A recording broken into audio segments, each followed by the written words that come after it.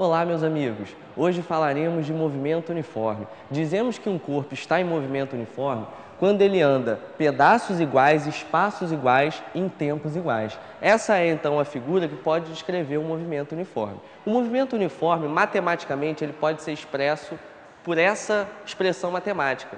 S igual a S0 mais VT. A posição final de um corpo é a posição inicial mais a velocidade vezes o tempo. A principal característica do movimento uniforme é que se ele anda pedaços iguais em tempos iguais, dizemos que ele tem a sua velocidade constante. Uma outra maneira de escrever essa expressão matemática, que é chamada de função horária da posição, é colocar esse S0 para a esquerda. Jogo o S0 para a esquerda, eu tenho aqui, nessa posição, S menos S0, que seria a posição final menos posição inicial, que é o chamado ΔS, variação de posição. Então, podemos também escrever a mesma expressão de maneira diferente. ΔS é a velocidade vezes o tempo. Agora eu gostaria de traçar o gráfico do movimento uniforme para a posição e para a velocidade. Para isso, nós temos que pegar essa expressão matemática e transferi-la para o gráfico que vem a seguir.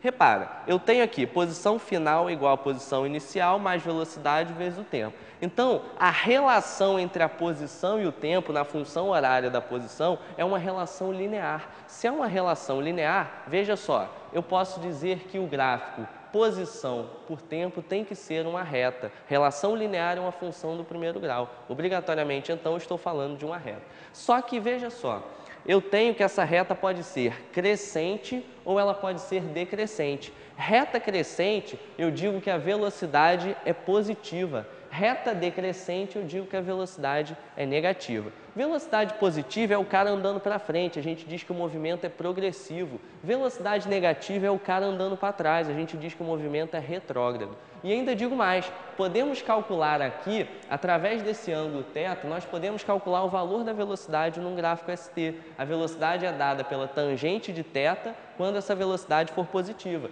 e por menos a tangente desse ângulo θ quando essa velocidade for negativa.